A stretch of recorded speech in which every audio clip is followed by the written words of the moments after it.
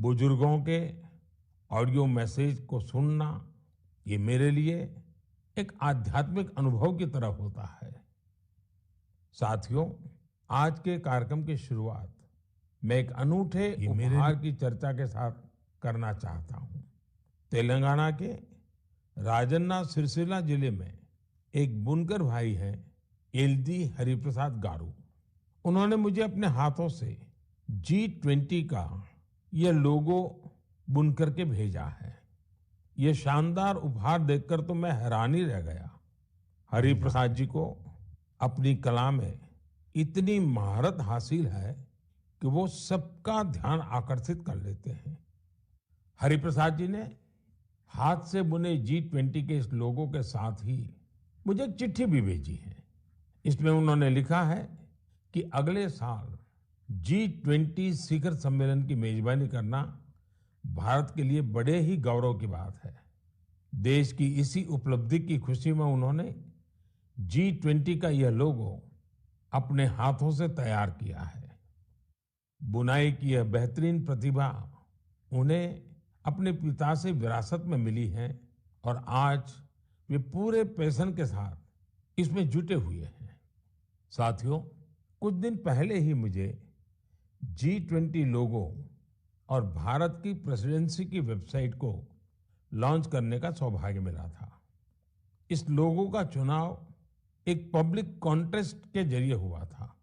जब मुझे हरिप्रसाद गारू द्वारा भेजा गया उपहार मिला तो मेरे मन में एक और विचार उठा। तेलंगाना के किसी जिले में बैठा व्यक्ति भी G20 जैसी समिट से खुद को कितना कनेक्ट महसूस कर सकता है, ये देखकर मुझे बहुत अच्छा लगा। आज हरिप्रसाद गारू जैसे अनेकों लोगों ने मुझे चिट्ठी भेजकर ये लिखा है कि देश को इतने बड़े समिट की मेजबानी मिलने से उनका सीना चौड़ा हो गया है। मैं आपसे पुणे के रहने वाले सुब्बा राव चिल्लारा जी और कोलकाता के तुषार जगमोहन, उनके संदेश का भी जिक्र करूंगा। इन्होंने G20 को लेकर भारत के प्रोएक्टिव एफर्ट्स की बहुत सराहना की है। साथियों, G20 की वर्ल्ड पॉपुलेशन में 2/3, वर्ल्ड ट्रेड में 3/4 और वर्ल्ड जीडीपी में 85% भागीदारी है। आप कल्पना कर सकते हैं, भारत अब से 3 दिन बाद यानी 1 दिसंबर से इतने बड़े समूह की, इतने सामर्थ्यवान समूह की अध्यक्षता करने जा रहा है। भारत के लिए, हर भारतवासी के लिए ये कितना बड़ा अवसर आया है। ये इसलिए भी और विशेष हो जाता है क्योंकि ये जिम्मेदारी भारत को आजादी के अमृतकाल में मिली है। साथियों, G20 की अध्यक्षता हमारे लिए एक बड़ी अपॉर्चुनिटी बनकर आई है। हमें इस मौके का पूरा उपयोग करते हुए ग्लोबल गुड, विश्व कल्याण पर फोकस करना है। चाहे पीस हो या यूनिटी, पर्यावरण को लेकर संवेदनशीलता की बात हो या फिर सस्टेनेबल डेवलपमेंट की, भारत के पास इनसे जुड़ी चुनौतियों का समाधान है। हमने one earth, one family, one future की जो थीम दी है, उससे वसुधैव कुटुंबकम के लिए हमारी प्रतिबद्धता जाहिर होती है। हम हमेशा कहते हैं, ओम सर्वेषां स्वस्तिर्भवतु, सर्वेषां शांतिर्भवतु, सर्वेषां पूर्णम भवतु, सर्वेषां मंगलम भवतु। ओम शांति शांति शांति। अर्थात सबका कल्याण हो, सबको शांति मिले, सबको पूर्णता मिले और सबका मंगल हो। आने वाले दिनों में देश के अलग अलग हिस्सों में G20 से जुड़े अनेक कार्यक्रम आयोजित किए जाएंगे। इस दौरान दुनिया के अलग अलग हिस्सों से लोगों को आपके राज्यों में आने का मौका मिलेगा। मुझे भरोसा है कि आप अपने यहाँ की संस्कृति के विविध और विशिष्ट रंगों को दुनिया के सामने लाएंगे और आपको ये भी याद रखना है कि G20 में आने वाले लोग भले ही अभी एक डेलीगेट के रूप में आए, लेकिन भविष्य के टूरिस्ट भी हैं। मेरा आप सभी से एक और आग्रह है, विशेष तौर से मेरे युवा साथियों से, हरिप्रसाद गारू की तरह ही आप भी किसी न किसी रूप में G20 से जरूर जुड़े। कपड़े पर G20 का भारतीय लोगो बहुत कूल तरीके से, स्टाइलिश तरीके से बनाया जा सकता है, छापा जा सकता है। मैं स्कूलों, कॉलेजों, यूनिवर्सिटी से भी आग्रह करूंगा कि वो अपने यहाँ G20 से जुड़ी चर्चा, परिचर्चा, कंपटीशन कराने के अवसर बनाएं। आप G20.in वेबसाइट पर जाएंगे तो आपको अपनी रुचि के अनुसार वहां बहुत सारी चीजें मिल जाएगी। मेरे प्यारे देशवासियों, 18 नवंबर को पूरे देश ने स्पेस सेक्टर में एक नया इतिहास बनते देखा। इस दिन भारत ने अपने पहले ऐसे रॉकेट को अंतरिक्ष में भेजा जिसे भारत के प्राइवेट सेक्टर ने डिजाइन और तैयार किया था। इस रॉकेट का नाम है विक्रम एस। श्रीहरिकोटा से स्वदेशी स्पेस स्टार्टअप के इस पहले रॉकेट ने जैसे ही ऐतिहासिक उड़ान भरी, हर भारतीय का सिर गर्व से ऊंचा हो गया। साथियों, विक्रम एस रॉकेट कई सारी खूबियों से लैस है। दूसरे रॉकेट्स की तुलना में यह हल्का भी है और सस्ता भी है। इसकी डेवलपमेंट कॉस्ट अंतरिक्ष अभियान से जुड़े दूसरे देशों की लागत से भी काफी कम है।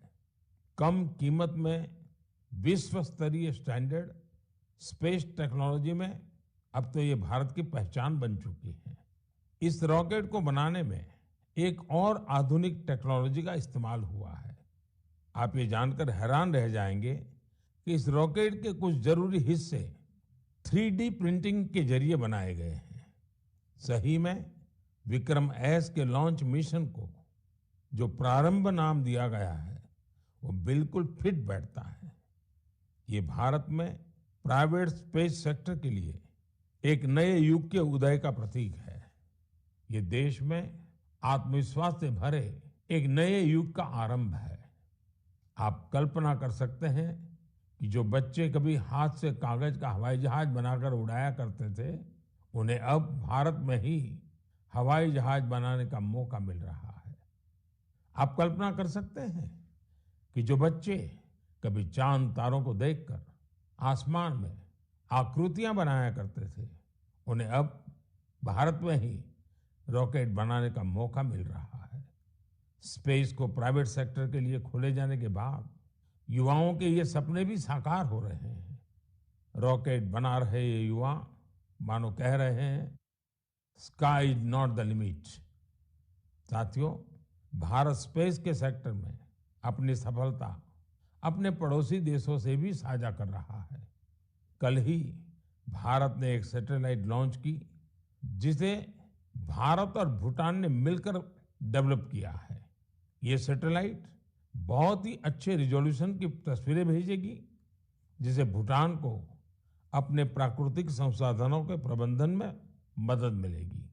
इस सैटेलाइट की लॉन्चिंग भारत भूटान के मजबूत संबंधों का प्रतिबिंब है।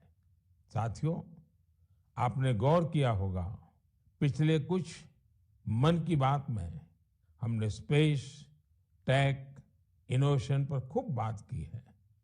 इसकी दो खास वजह हैं। एक तो यह कि हमारे युवा इस क्षेत्र में बहुत ही शानदार काम कर रहे हैं।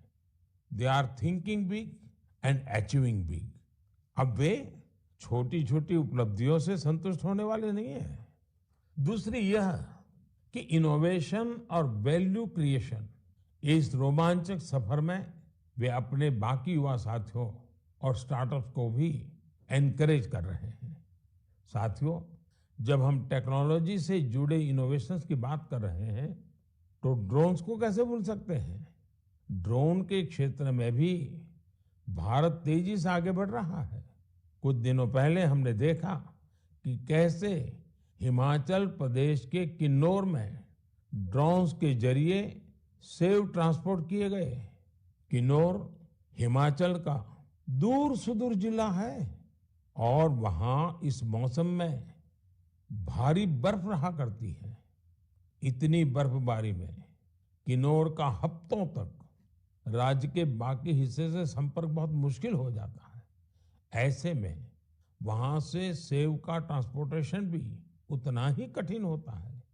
अब ड्रोन टेक्नोलॉजी से हिमाचल के स्वादिष्ट किन्नौरी सेब लोगों तक और जल्दी पहुंचने लगेंगे।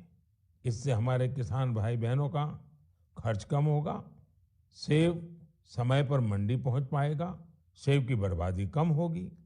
साथियों, आज हमारे देशवासी अपने इनोवेशन से उन चीजों को भी संभव बना रहे हैं जिसकी पहले कल्पना तक नहीं की जा सकती थी।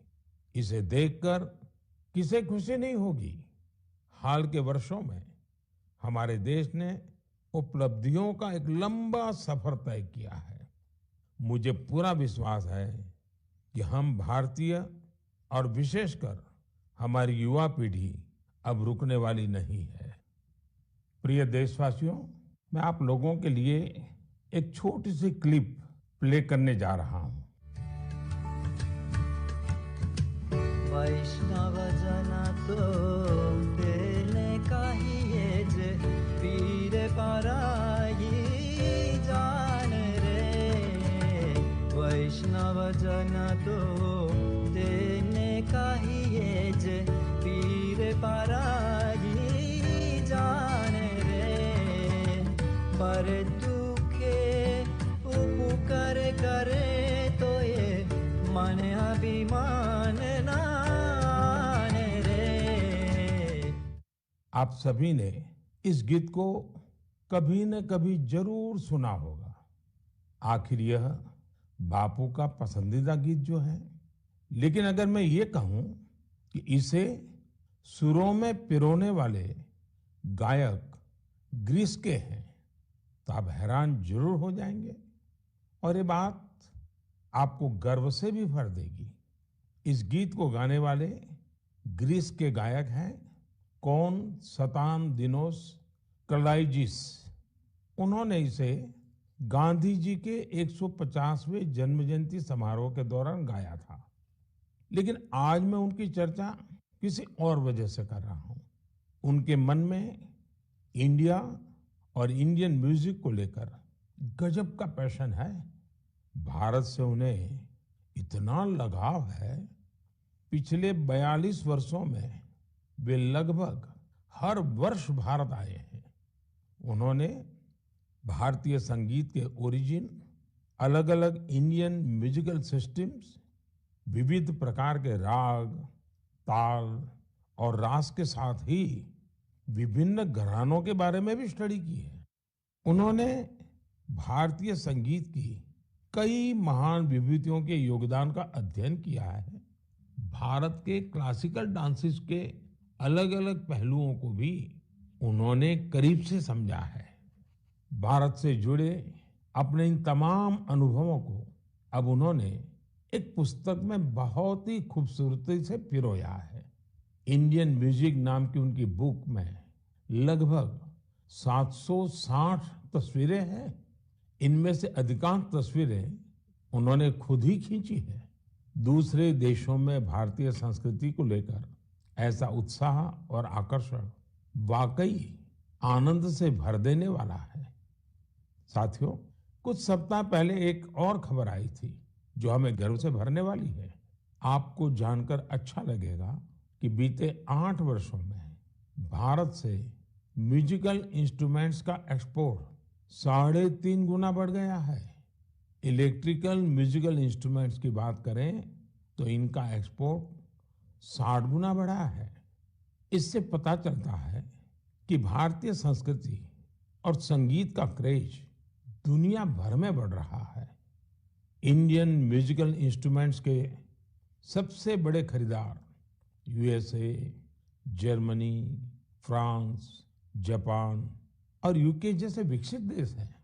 हम सभी के लिए सौभाग्य की बात है कि हमारे देश में म्यूजिक, डांस और आर्ट की इतनी समृद्ध विरासत है। साथियों, महान मनीषी कवि भर्तृहरि को हम सब उनके द्वारा रचित नीति शतक के लिए जानते हैं। एक श्लोक में वे कहते हैं कि कला, संगीत और साहित्य से हमारा लगाव ही मानवता की असली पहचान है। वास्तव में हमारी संस्कृति इसे ह्यूमैनिटी से भी ऊपर डिविनिटी तक ले जाती है। वेदों में सामवेद को तो हमारी विविध संगीतों का स्रोत कहा गया है। माँ सरस्वती की वीणा हो, भगवान श्री कृष्ण की बांसुरी हो या फिर भोलेनाथ का डमरू, हमारे देवी देवता भी संगीत से अलग नहीं है। हम भारतीय हर चीज में संगीत तलाश ही लेते हैं, चाहे वह नदी की कलकल हो, बारिश की बूंदें हो, पक्षियों का कलरव हो या फिर हवा का गूंजता स्वर। हमारी सभ्यता में संगीत हर तरफ समाया हुआ है।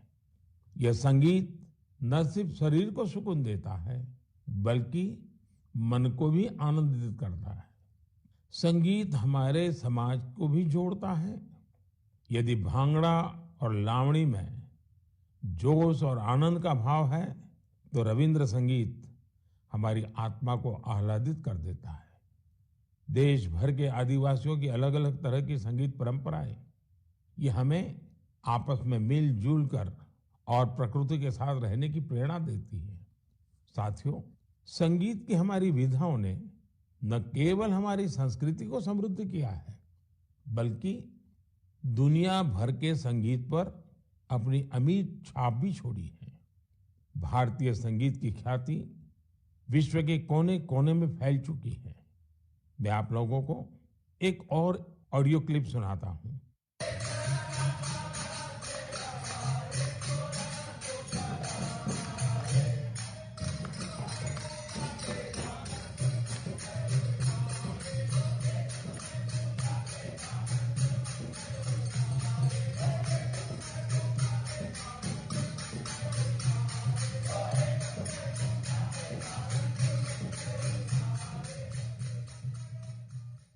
आप सोच रहे होंगे कि घर के पास में किसी मंदिर में भजन कीर्तन चल रहा है, लेकिन ये आवाज भी आप तक भारत से हजारों मील दूर बसे साउथ अमेरिकन देश गयाना से आई है।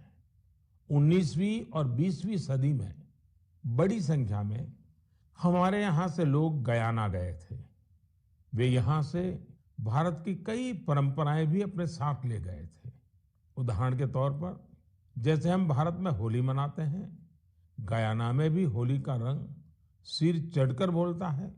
जहाँ होली के रंग होते हैं, वहाँ फगवा यानी फगुआ का संगीत भी होता है।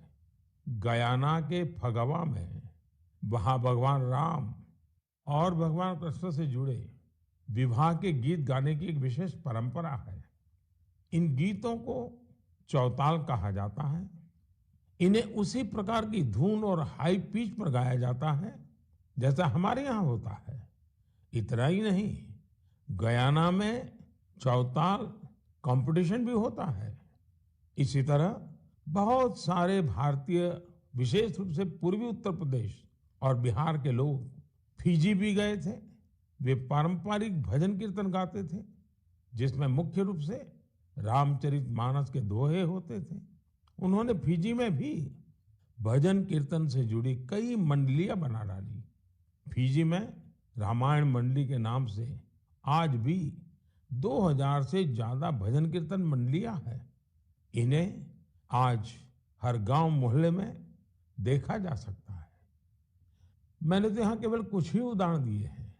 अगर आप पूरी दुनिया में देखेंगे तो ये भारतीय संगीत को चाहने वालों की ये लिस्ट काफी लंबी है।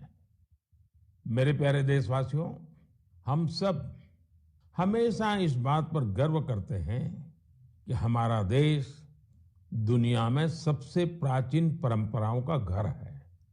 इसलिए ये हमारी जिम्मेदारी भी है कि हम अपनी परंपराओं और पारंपरिक ज्ञान को संरक्षित करें, उसका संवर्धन भी करें और हो सके उतना आगे भी बढ़ाएं।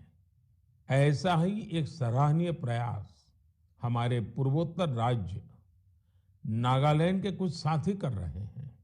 मुझे ये प्रयास काफी अच्छा लगा, तो मैंने सोचा इसे मन की बात के श्रोताओं के साथ भी शेयर करूं। साथियों, नागालैंड में नागा समाज की जीवन शैली, उनकी कला, संस्कृति और संगीत, ये हर किसी को आकर्षित करती है। ये हमारे देश की गौरवशाली विरासत का अहम हिस्सा है। नागालैंड के लोगों का जीवन और उनके स्किल्स सस्टेनेबल लाइफस्टाइल के लिए भी बहुत महत्वपूर्ण है। इन परंपराओं और स्किल्स को बचाकर अगली पीढ़ी तक पहुंचाने के लिए वहां के लोगों ने एक संस्था बनाई है जिसका नाम है लीडी क्रोयू। नागा संस्कृति के जो खूबसूरत आयाम धीरे धीरे खोने लगे थे, लीडी क्रोयू संस्था ने उन्हें फिर से पुनर्जीवित करने का काम किया है। उदाहरण के तौर पर नागा लोक संगीत अपने आप में एक बहुत समृद्ध विधा है। इस संस्था ने नागा संगीत की एल्बम लॉन्च करने का काम शुरू किया है। अब तक ऐसी 3 एल्बम्स लॉन्च की जा चुकी है। ये लोग लोक संगीत, लोक नृत्य से जुड़ी वर्कशॉप भी आयोजित करते हैं। युवाओं को इन सब चीजों के लिए ट्रेनिंग भी दी जाती है। यही नहीं, नागालैंड की पारंपरिक शैली में कपड़े बनाने, सिलाई, बुनाई जैसे जो काम, उनकी भी ट्रेनिंग युवाओं को दी जाती है। पूर्वोत्तर में बैम्बू से भी कितने ही तरह के प्रोडक्ट्स बनाए जाते हैं। नई पीढ़ी के युवाओं को बैम्बू प्रोडक्ट्स बनाने का भी सिखाया जाता है। इससे इन युवाओं का अपनी संस्कृति से जुड़ाव तो होता ही है, साथ ही उनके लिए रोजगार के नए नए अवसर भी पैदा होते हैं। नागा लोक संस्कृति के बारे में ज्यादा से ज्यादा लोग जाने, इसके लिए भी लीडी क्रोयू के लोग प्रयास करते हैं। साथियों, आपके क्षेत्र में भी ऐसी सांस्कृतिक विधाएं और परंपराएं होगी। आप भी अपने अपने क्षेत्र में इस तरह के प्रयास कर सकते हैं। अगर आपकी जानकारी में कहीं ऐसा कोई अनूठा प्रयास हो रहा है तो आप उसकी जानकारी मेरे साथ भी जरूर साझा करिए। मेरे प्यारे देशवासियों, हमारे यहाँ कहा गया है, विद्या धनम सर्वधनम प्रधानम, अर्थात कोई अगर विद्या का दान कर रहा है तो वो समाज हित में सबसे बड़ा काम कर रहा है। शिक्षा के क्षेत्र में जलाया गया एक छोटा सा दीपक भी पूरे समाज को रोशन कर सकता है। मुझे यह देखकर बहुत खुशी होती है कि आज देश भर में ऐसे कई प्रयास किए जा रहे हैं। यूपी की राजधानी लखनऊ से 70-80 किलोमीटर दूर हरदोई का एक गांव है बांसा। मुझे इस गांव के जतिन ललित सिंह जी के बारे में जानकारी मिली है, जो शिक्षा की अलग जगाने में जुटे हैं। जतिन जी ने 2 साल पहले यहाँ community library and resource centre शुरू किया था। उनके इस सेंटर में हिंदी और अंग्रेजी साहित्य, कंप्यूटर, लॉ और कई सरकारी परीक्षाओं की तैयारियों से जुड़ी 3000 से अधिक किताबें मौजूद है। इस लाइब्रेरी में बच्चों की पसंद का भी पूरा ख्याल रखा गया है। यहाँ मौजूद कॉमिक्स की किताबें हो या फिर एजुकेशनल टॉयज बच्चों को खूब भा रहे हैं। छोटे बच्चे खेल खेल में यहाँ नई नई चीजें सीखने आते हैं। पढ़ाई ऑफलाइन हो या फिर ऑनलाइन, करीब 40 वॉलेंटियर्स इस सेंटर पर स्टूडेंट्स को गाइड करने में जुटे रहते हैं। हर रोज गांव के तकरीबन 80 विद्यार्थी इस लाइब्रेरी में पढ़ने आते हैं। साथियों, झारखंड के संजय कश्यप जी भी गरीब बच्चों के सपनों को नई उड़ानें दे रहे हैं। अपने विद्यार्थी जीवन में संजय जी को अच्छी पुस्तकों की कमी का सामना करना पड़ा था। ऐसे में उन्होंने ठान लिया कि किताबों की कमी से वे अपने क्षेत्र के बच्चों का भविष्य अंधकारमय नहीं होने देंगे। अपने इस मिशन की वजह से आज वो झारखंड के कई जिलों में बच्चों के लिए लाइब्रेरी मैन बन गए हैं। संजय जी ने जब अपनी नौकरी की शुरुआत की थी, उन्होंने पहला पुस्तकालय अपने पैतृक स्थान पर बनवाया था। नौकरी के दौरान उनका जहां भी ट्रांसफर होता था, वहां वे गरीब और आदिवासी बच्चों की पढ़ाई के लिए लाइब्रेरी खोलने के मिशन में जुट जाते हैं। ऐसा करते हुए उन्होंने झारखंड के कई जिलों में बच्चों के लिए लाइब्रेरी खोल दी है। लाइब्रेरी खोलने का उनका यह मिशन आज एक सामाजिक आंदोलन का रूप ले रहा है। संजय जी हो या जतिन जी, ऐसे अनेक प्रयासों के लिए मैं उनकी विशेष सराहना करता हूं। मेरे प्यारे देशवासियों, मेडिकल साइंस की दुनिया ने रिसर्च और इनोवेशन के साथ ही अत्याधुनिक टेक्नोलॉजी और उपकरणों के सहारे काफी प्रगति की है। लेकिन कुछ बीमारियां आज भी हमारे लिए बहुत बड़ी चुनौती बनी हुई है। ऐसी ही एक बीमारी है मस्कुलर डिस्ट्रॉफी। ये मुख्य रूप से एक ऐसी आनुवंशिक बीमारी है जो किसी भी उम्र में हो सकती है। इसमें शरीर की मांसपेशियां कमजोर होने लगती हैं। रोगी के लिए रोजमर्रा के अपने छोटे छोटे कामकाज करना भी मुश्किल हो जाता है। ऐसे मरीजों के उपचार और देखभाल के लिए बड़े सेवाभाव की जरूरत होती है। हमारे यहाँ हिमाचल प्रदेश में सोलन में एक ऐसा सेंटर है जो मस्कुलर डिस्ट्रॉफी के मरीजों के लिए उम्मीद की नई किरण बना है। इस सेंटर का नाम है मानव मंदिर। इसे Indian Association of Muscular dystrophy द्वारा संचालित किया जा रहा है। मानव मंदिर अपने नाम के अनुरूप ही मानव सेवा की अद्भुत मिसाल है। यहाँ मरीजों के लिए ओपीडी और एडमिशन की सेवाएं 3-4 साल पहले शुरू हुई थी। मानव मंदिर में करीब 50 मरीजों के लिए बेड्स की सुविधा भी है। फिजियोथेरेपी, इलेक्ट्रोथेरेपी और हाइड्रोथेरेपी के साथ साथ योग प्राणायाम की मदद से भी यहाँ रोग का उपचार किया जाता है। साथियों, हर तरह की हाईटेक सुविधाओं के जरिए इस केंद्र में रोगियों के जीवन में सकारात्मक बदलाव लाने का भी प्रयास होता है। मस्कुलर डिस्ट्रॉफी से जुड़ी एक चुनौती इसके बारे में जागरूकता का अभाव भी है। इसलिए यह केंद्र हिमाचल प्रदेश में नहीं, देश भर में मरीजों के लिए जागरूकता शिविर भी आयोजित करता है। सबसे ज्यादा हौसला देने वाली बात यह है कि इस संस्था का प्रबंधन मुख्य रूप से इस बीमारी से पीड़ित लोग ही कर रहे हैं। जैसे सामाजिक कार्यकर्ता Urmila Baldi ji, Indian Association of Muscular Dystrophy की अध्यक्ष बहन संजना गोयल जी, और इस एसोसिएशन के गठन में अहम भूमिका निभाने वाले श्रीमान विपुल गोयल जी इस संस्थान के लिए बहुत अहम भूमिका निभा रहे हैं। मानव मंदिर को हॉस्पिटल और रिसर्च सेंटर के तौर पर विकसित करने की कोशिशें भी जारी हैं। इससे यहाँ मरीजों को और बेहतर इलाज मिल सकेगा। मैं इस दिशा में प्रयासरत सभी लोगों के हृदय से सराहना करता हूँ।